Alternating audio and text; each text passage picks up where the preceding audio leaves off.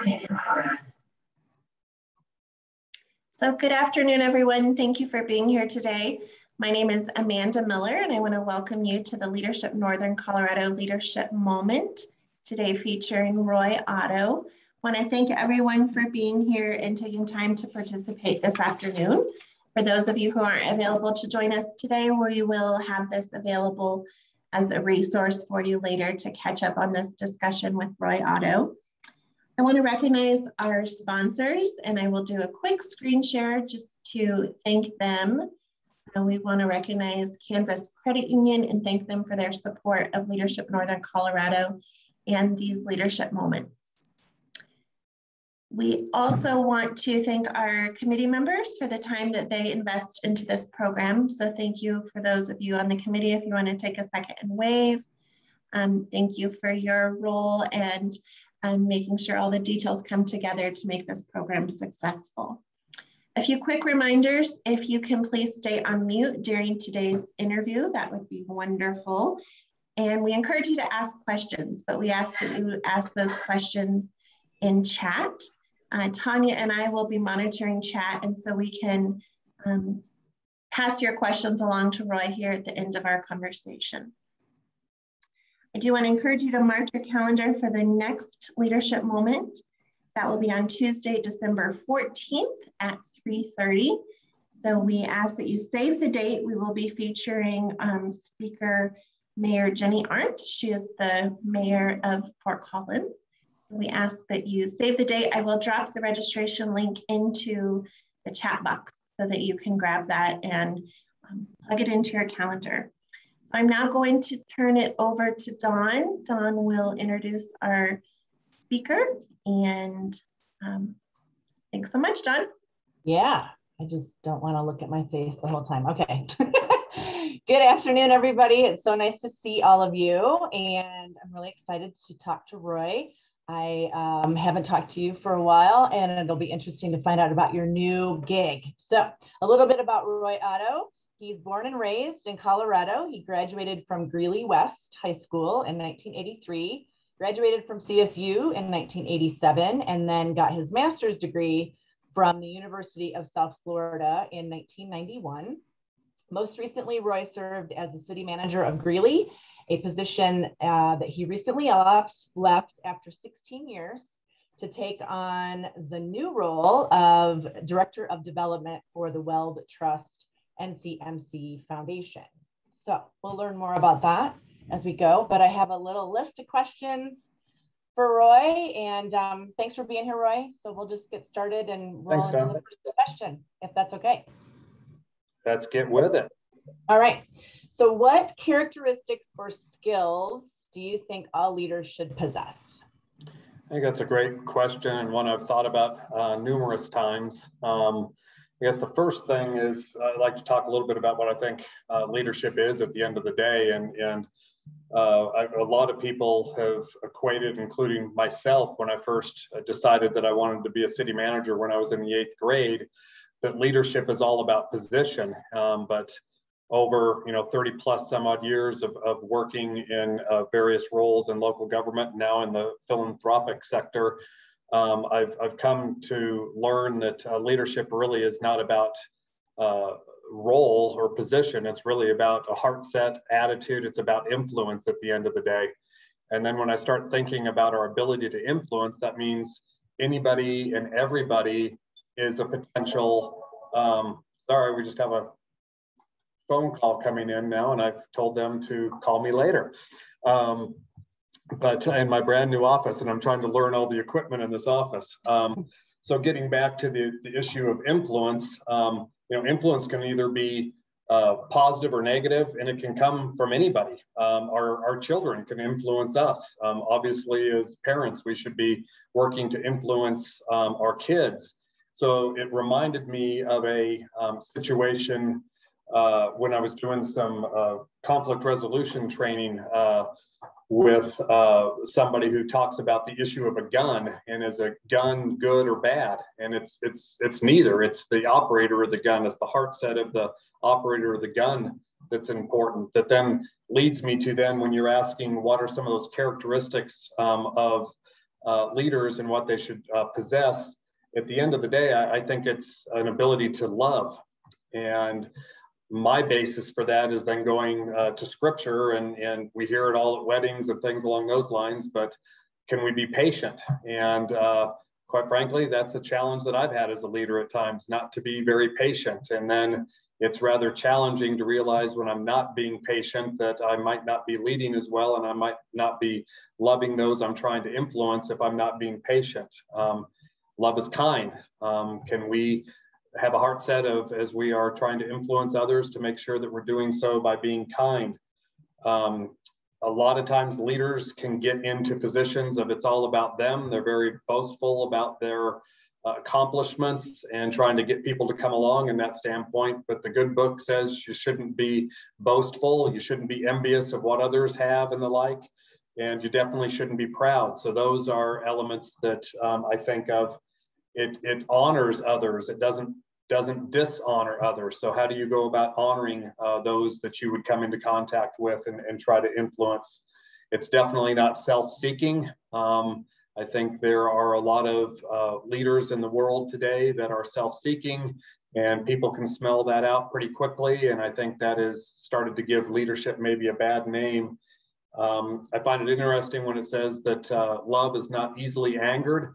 It does say not easily angered. It's not that you might not get upset sometimes, you are. And I don't know that it's inappropriate to get upset about things. If somebody is mistreating another, I don't think we should be happy about that, but it says it's not easily angered. And so hopefully we're not too short on the fuse and that type of thing in leadership. And then lastly, it says it keeps no records of wrongs, which is, do you have a forgiving attitude, or are you somebody that holds on to a grudge?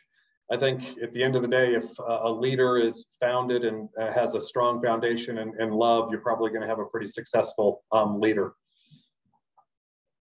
I agree. I think that's a great list. Is there a mistake that you see leaders make often? I'll talk about myself. If I can call myself a leader, I maybe have been in roles that are considered leadership. I hope I've been a good influencer over time. But I've been thinking a little bit over the past, maybe even 6 to 9 months. There've been a lot of conflict, right, in this COVID world and things along those lines. And I think a mistake I have made is maybe owning others' conflict that they're having with others, and feeling like that is my job to resolve that or other problems that they may be having, and step into things that I shouldn't have been. Maybe I should just be influencing more than trying to create ownership of things. And that can take a lot of energy out of a leader's day and be rather destructive. So I would encourage folks that when they're trying to influence others, that they don't own things that aren't theirs to own. And keep some boundaries around that. I think that's a great lesson. That's a really good lesson, and one that people don't really talk about often. So thanks for bringing that up. What are the most important decisions that you make as a leader?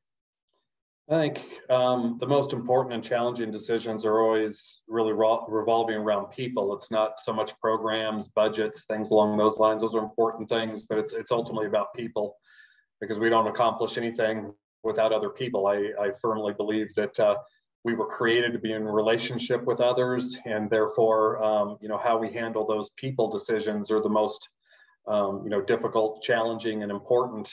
I've thought a little bit back to the time of COVID and the challenges of making decisions when the term essential employee came about. And I wish it never would have come about. I mean, when I start thinking about my role at the time as city manager in the city of Greeley, every single employee we had was essential towards providing the services that we provided, right?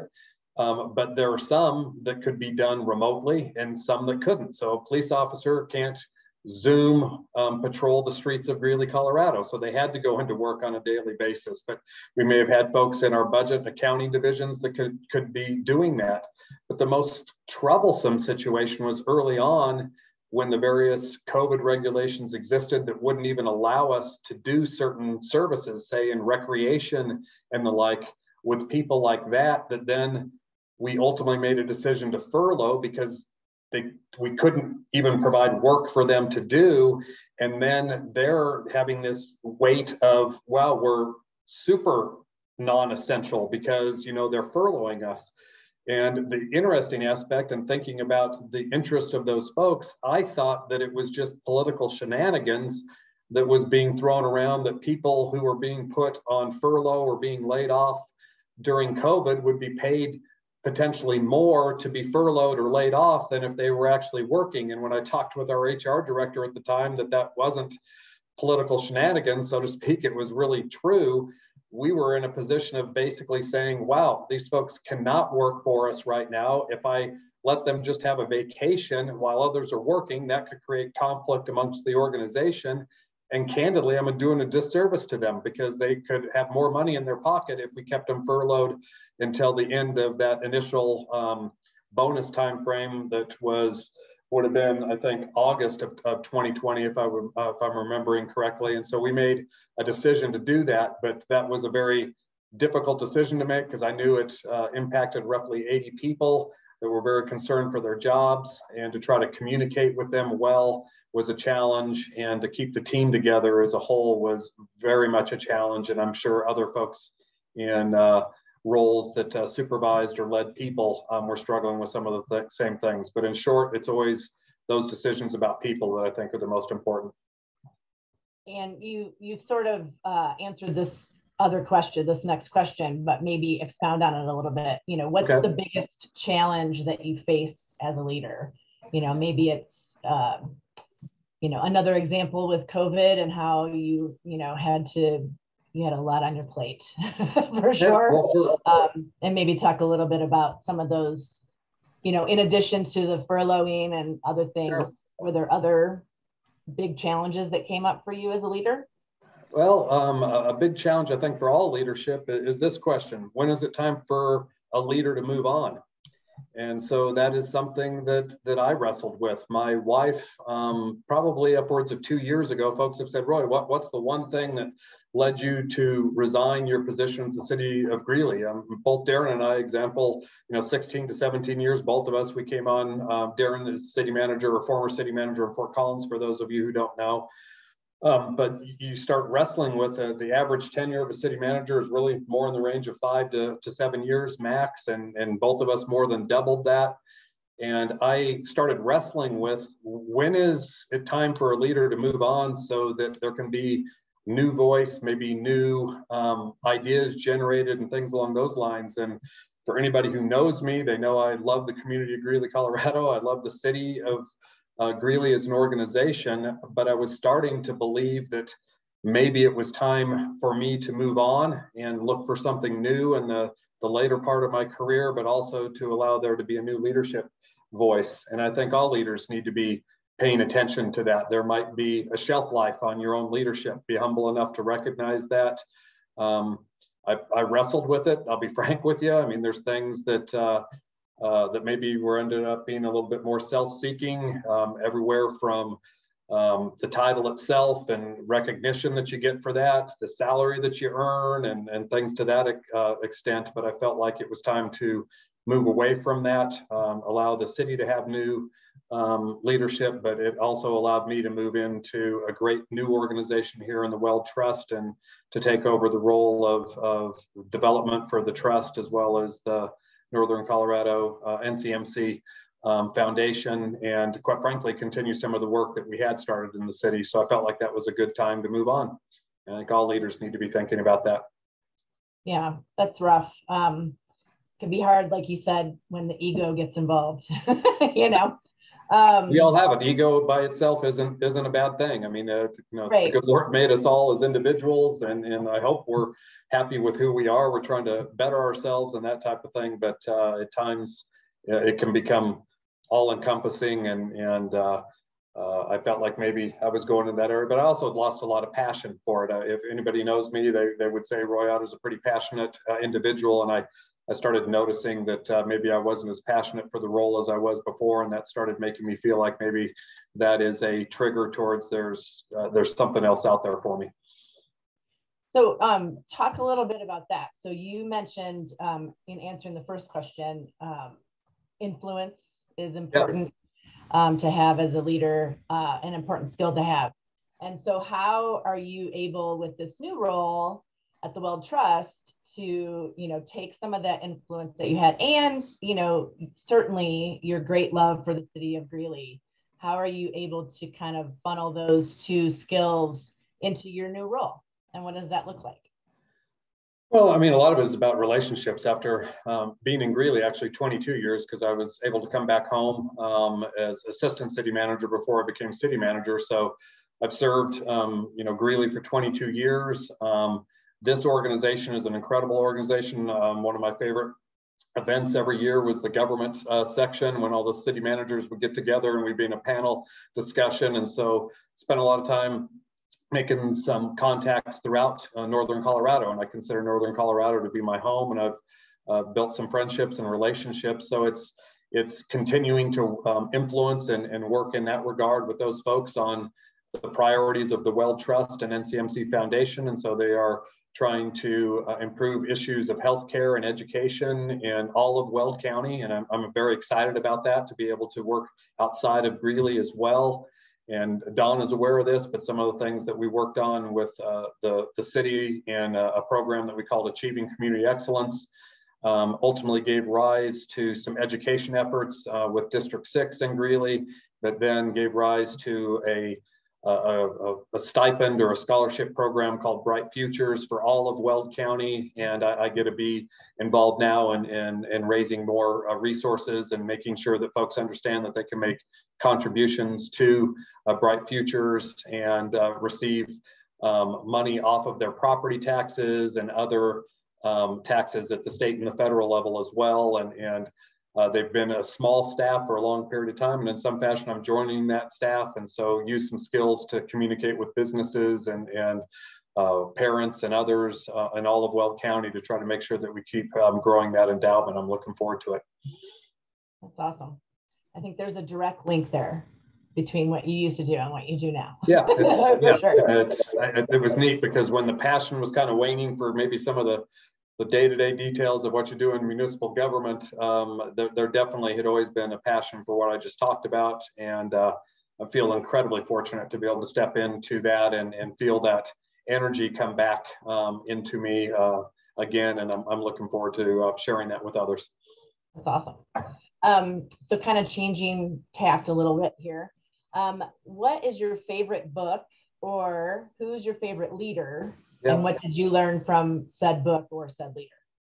So let me answer that. I actually brought a couple examples of books from that standpoint. But I guess the first thing that I would just encourage everybody is to try to carve out some time to be working on reading a book of some kind.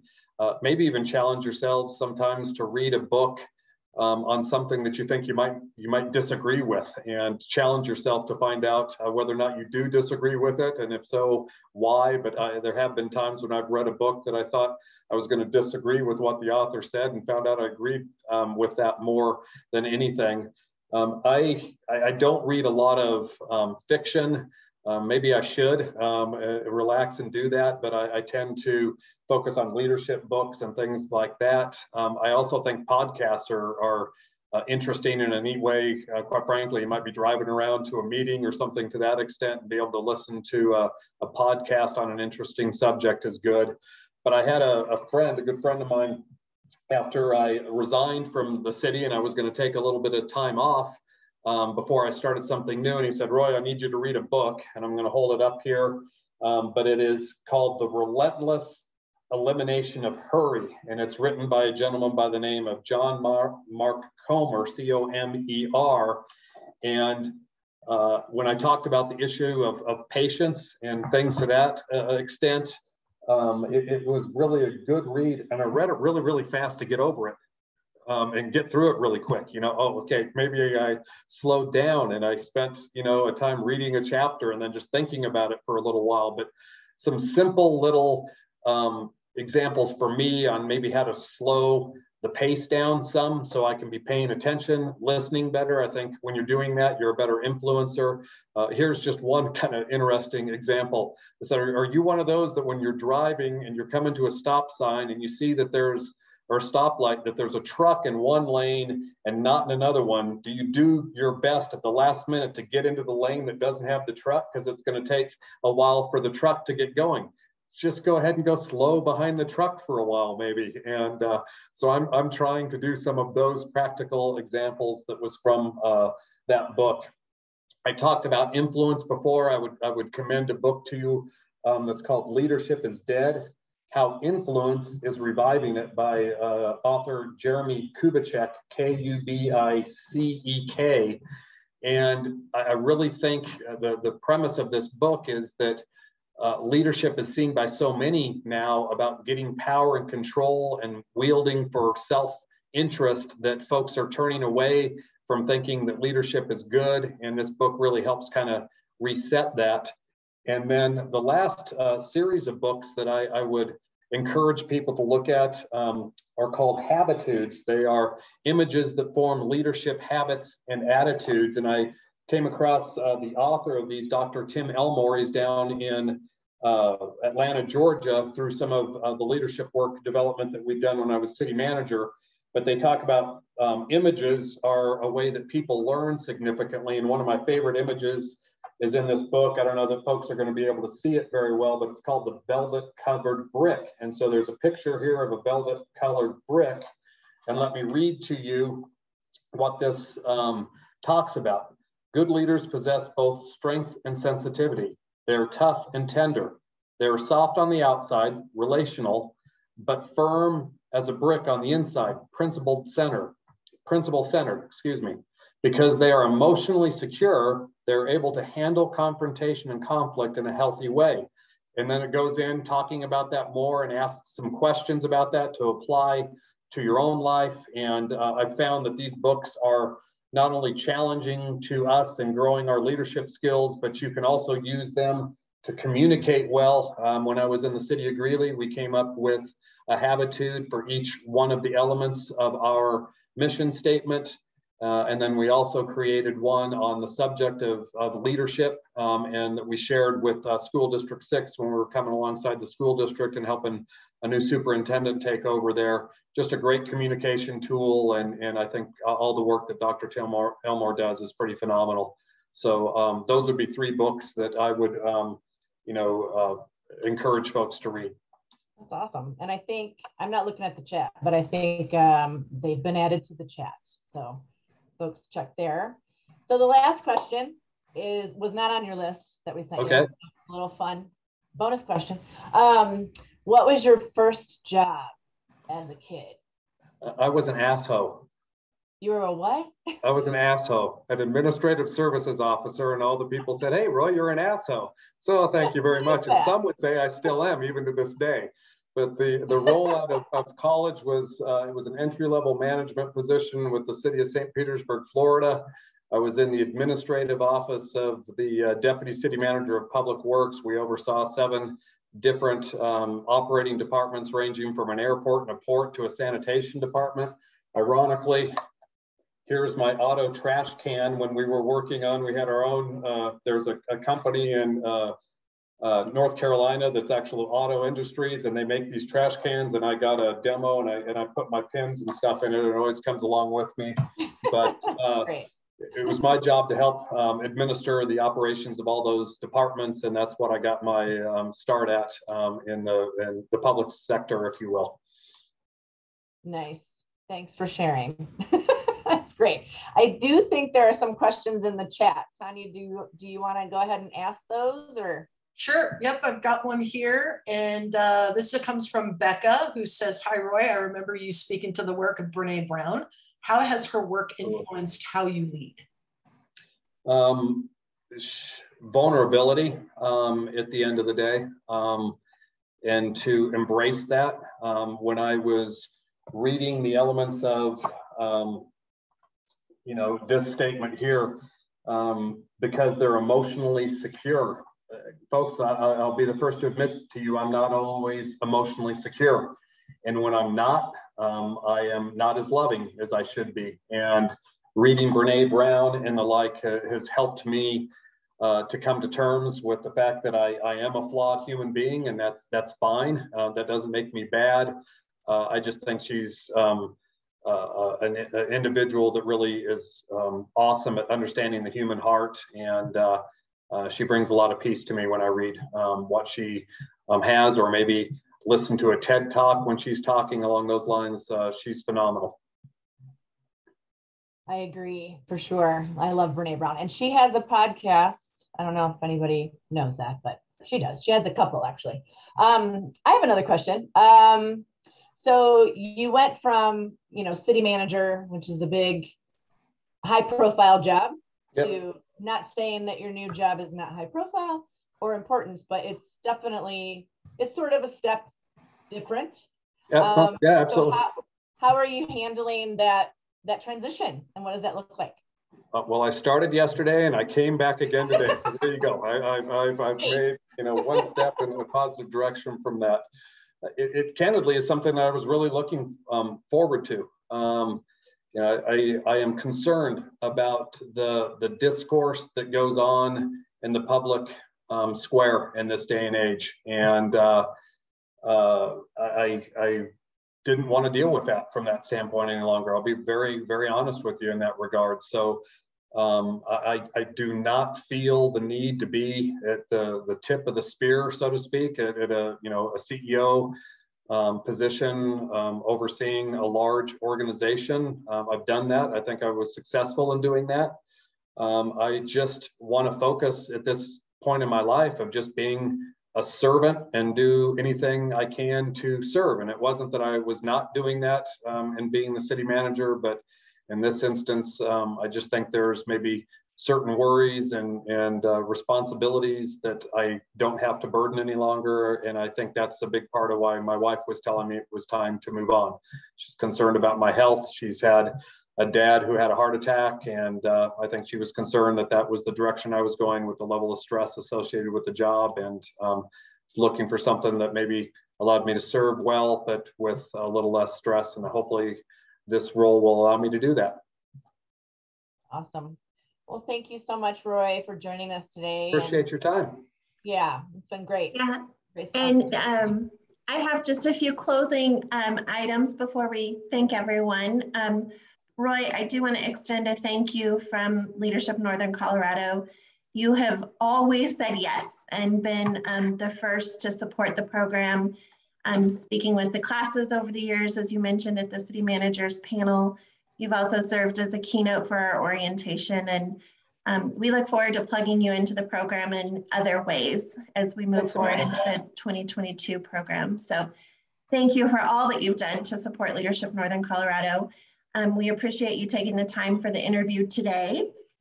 We also want to, again, make sure everyone saves the date December 14th for the last leadership moment of the year, where we will feature Fort Collins Mayor Jenny Arndt. I will drop the link for registration in chat again, just so it's handy for you all. If you're available, join us for that conversation. And a reminder that all of these sessions are recorded and available for you on the Leadership Northern Colorado website. So if you've missed any through the year, we really encourage you to take some time. There's been some incredible leaders from our region sharing really valuable insights. So please take some time. And then I'm going to screen share quickly again, and we want to recognize and thank our sponsors, Canvas Credit Union, for supporting Leadership Northern Colorado. We also want to recognize all of the partners that help bring this program to the community. And we are in the process of selecting the 2022 class, which we look forward to announcing here in the next few weeks. So we hope you all will join us for their orientation happy hour, which is December 7th. So lots of fun things to look forward to. Thank you for taking time today. We wish you all well. And again, thank you, Roy. Thank you, Don, for conducting the interview. See y'all. Thanks, Roy. Take care.